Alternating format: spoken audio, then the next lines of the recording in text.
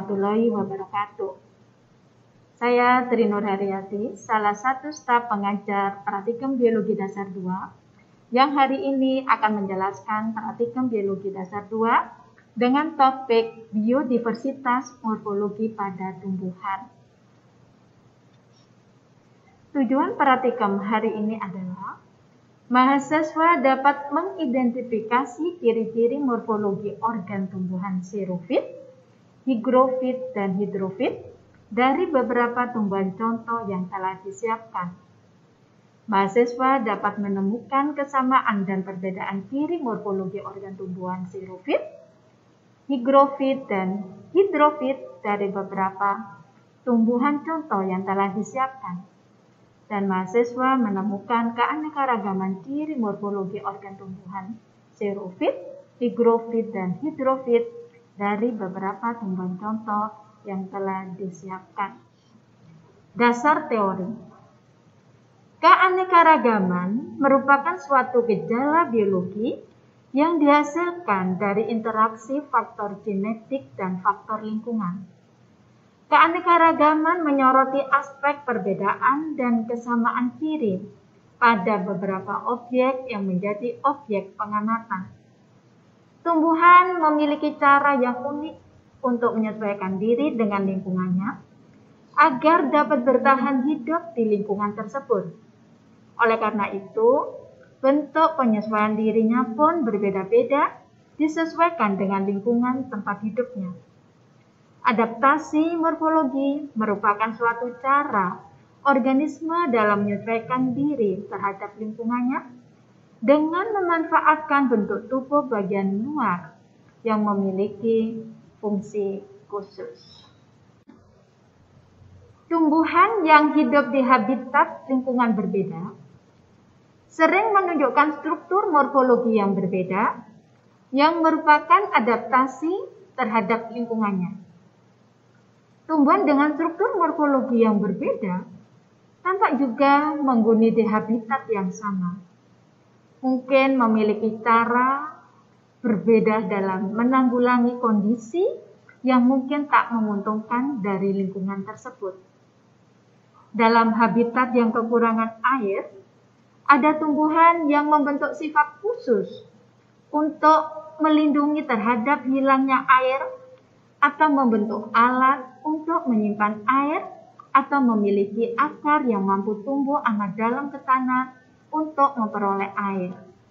Berbeda dengan tumbuhan yang habitatnya di air, seringkali memiliki daun yang tipis dan lebar untuk mempercepat penguapan. Bahan tanaman yang digunakan pada praktikum hari ini adalah kaktus dan lidah buaya yang mewakili tanaman xerofit, kemudian eceng gondok dan apu-apu atau ki-apung yang mewakili tanaman hidrofit, dan anthurium dan brassota yang mewakili golongan higrofit. Ini adalah bahan yang digunakan dalam praktikum biodiversitas morfologi tumbuhan. Untuk tanaman xerofit diwakili oleh tanaman kaktus,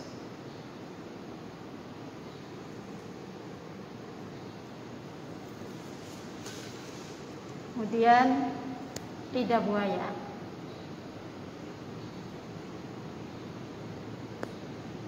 Sedangkan untuk tanaman hidrofit kita menggunakan ki-apung atau disebut juga apu-apu.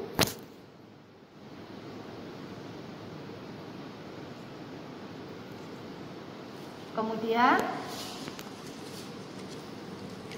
juga menggunakan eceng gondok.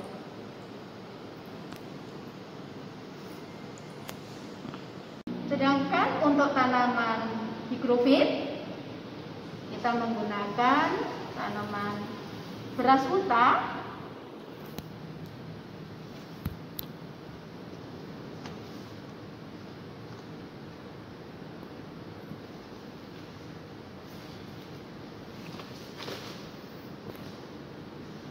dan anthurium.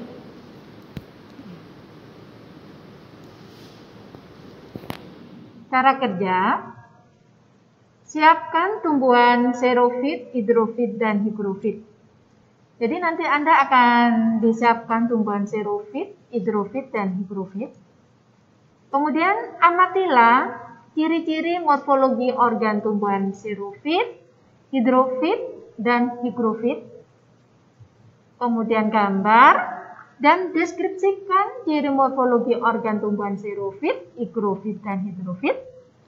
Identifikasi kesamaan dan perbedaan ciri morfologi organ tumbuhan tersebut. Diskusikan mengapa ciri-ciri tertentu sama, tetapi ciri tertentu yang lain berbeda. Nyatakan kesimpulan yang dapat saudara nyatakan dari pengamatan ini.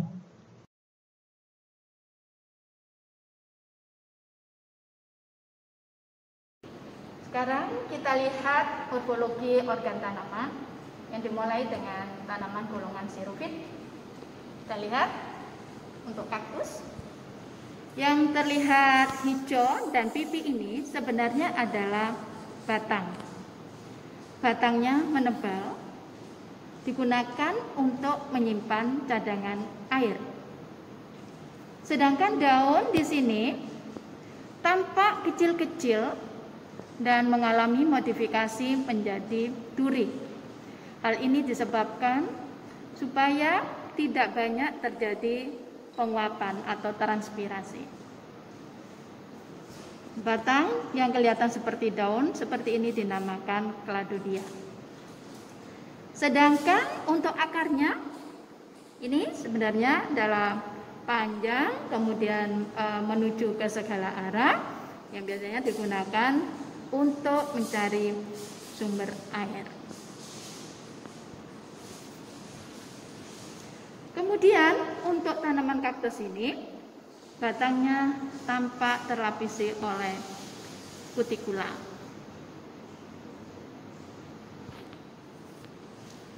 Untuk lidah buaya, di sini tampak yang terlihat hijau ini adalah daun. Daunnya juga tebal. Jadi perbedaannya, kalau pada kaktus yang tebal adalah batangnya, kemudian kalau pada lidah buaya ini yang menebal adalah daunnya. Juga daun yang menebal ini untuk menyimpan air. Jadi di sini isinya lendir air. Kemudian batangnya berada di bawah yang pendek, kemudian ini adalah akarnya. Di daunnya tampak di sini pinggiran ini tampak ada duri-duri.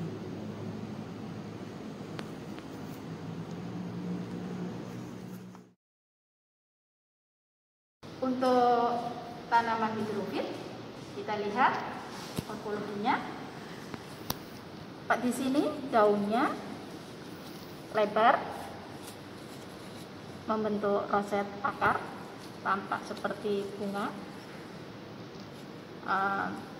Kalau kita rasakan di sini, rasanya seperti kita memegang bludru, karena memang di sini di permukaannya ini banyak rambut-rambutnya. Nah, juga di sini tampak bahwa tanaman ini berselaput lilin. Nah, ini digunakan supaya air itu tidak mudah masuk. Kemudian tampak di sini bahwa akarnya ini banyak serabut. Nah, juga terdapat rambut-rambut yang kecil-kecil supaya nanti di sini ini menjaga keseimbangannya supaya dia bisa mengapung dengan baik, tidak terbalik begitu ya. Nih, akar-akarnya. Nah, ini adalah ciri khas dari hidrofit. Rambutnya tipis, rambut akarnya kecil dan tipis.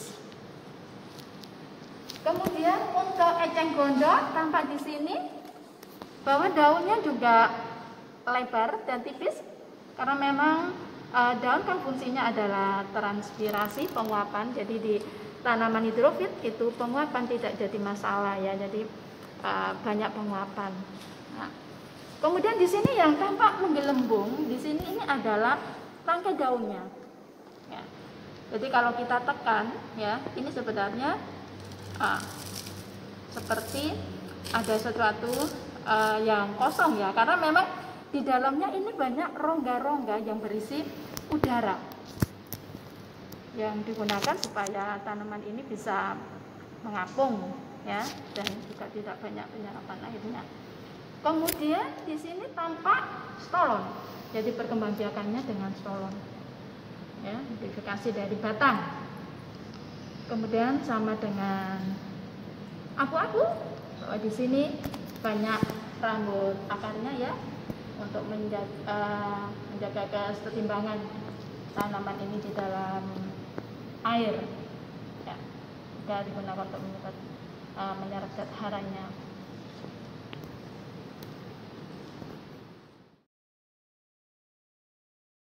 Sedangkan untuk tanaman higrofit, untuk beras huta, tampak di sini daunnya lebar, kemudian tangkainya panjang.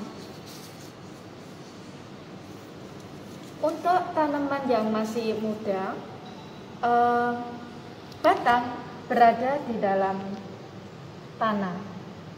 Nanti kalau sudah dewasa, batang akan muncul dan berkupu-kupu. Di sini tampak akar, jadi perakarannya banyak dan menyebar. Kemudian tampak batangnya di sini tidak bertali.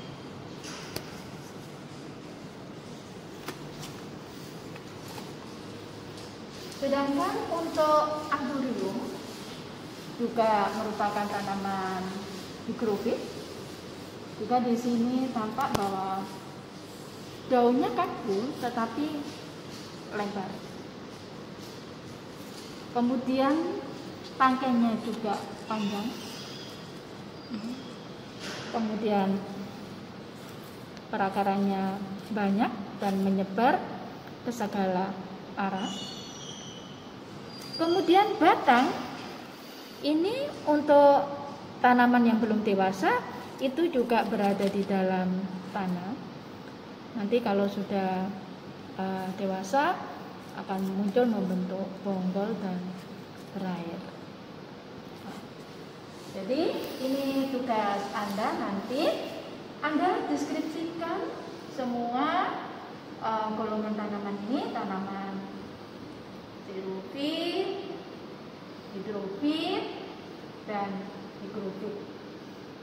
Kemudian carilah perbedaan dan persamaan dari golongan tanaman-tanaman ini, dan carilah morfologi organ tanaman yang mana yang menunjukkan bahwa tanaman tersebut beradaptasi di habitatnya.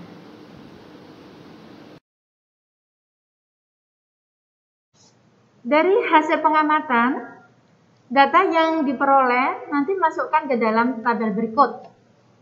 Jadi nanti di sini ada gambar, ya. Jadi di sini nanti ada gambar. Jadi ada tumbuhan, misalnya yang pertama adalah untuk tumbuhan apu-apu yang merupakan tumbuhan higrofit. Anda gambar morfologinya dengan jelas. Kemudian Anda sebutkan bagian-bagiannya.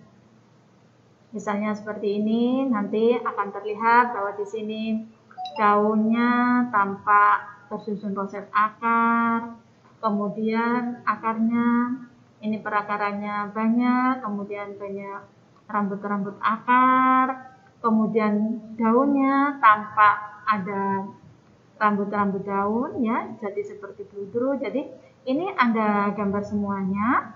Kemudian setelah itu di sebelah sampingnya ini Anda deskripsikan. Jadi tanaman apu-apu ini memiliki morfologi tanaman itu secara lengkap. Ya, misalnya daunnya bagaimana, kemudian batangnya bagaimana, akarnya bagaimana, Anda deskripsikan secara jelas. Demikian juga untuk tanaman yang lain, misalnya untuk eceng gondok. Ya, jadi di sini setelah Anda gambar, Anda juga sebutkan bagian-bagiannya, kemudian deskripsikan. Ya, jadi bagaimana daunnya, kemudian bagaimana tangkai daunnya, bagaimana akarnya, ya. Kemudian nanti Anda bedakan dengan tanaman yang lain, ya, apa perbedaannya dan apa persamaannya. Kemudian tanaman yang lain juga seperti itu. Misalnya nanti untuk kaktus, ya, Anda juga lihat di sini.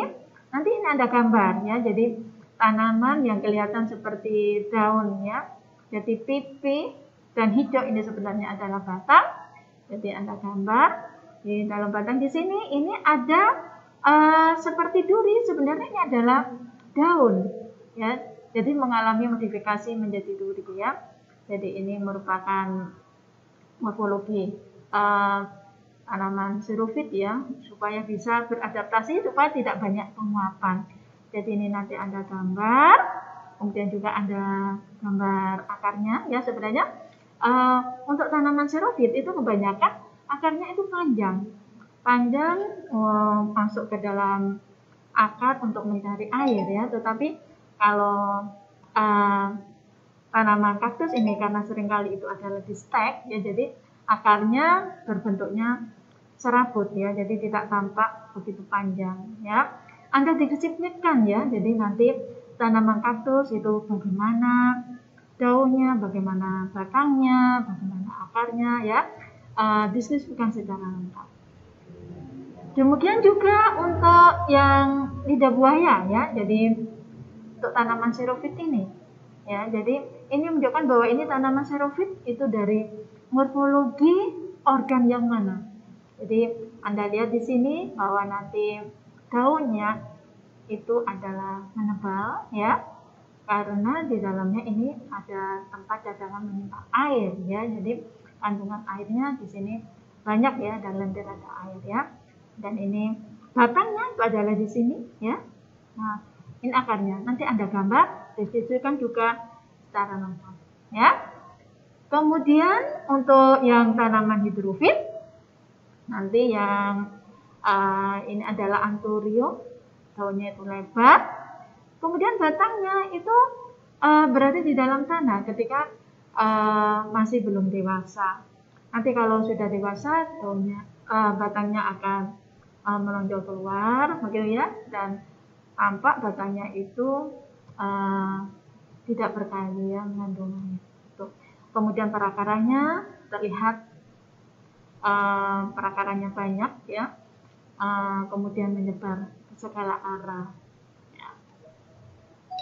Kemudian untuk tanaman higrofit yang satunya adalah tanaman beras hutan, juga Anda gambar semua organ tanamannya, ya. Daunnya bagaimana, batangnya bagaimana. Jadi ini ada batang yang karena ini sudah dewasa, ya, jadi ada batang yang di atas permukaan tanah, tetapi juga ada batang yang berada di dalam tanah, ya. Juga ini sifatnya batangnya itu tidak berair, ya, tidak berkayu. Oke, jadi nanti Anda gambar semuanya, Anda deskripsikan secara lengkap, kemudian Anda cari persamaan dan perbedaannya, ya, kemudian tunjukkan organ dari tanaman ini yang menunjukkan bahwa dia itu bisa beradaptasi di lingkungan tempat hidupnya. Demikian, selamat bekerja. Wassalamualaikum warahmatullahi wabarakatuh.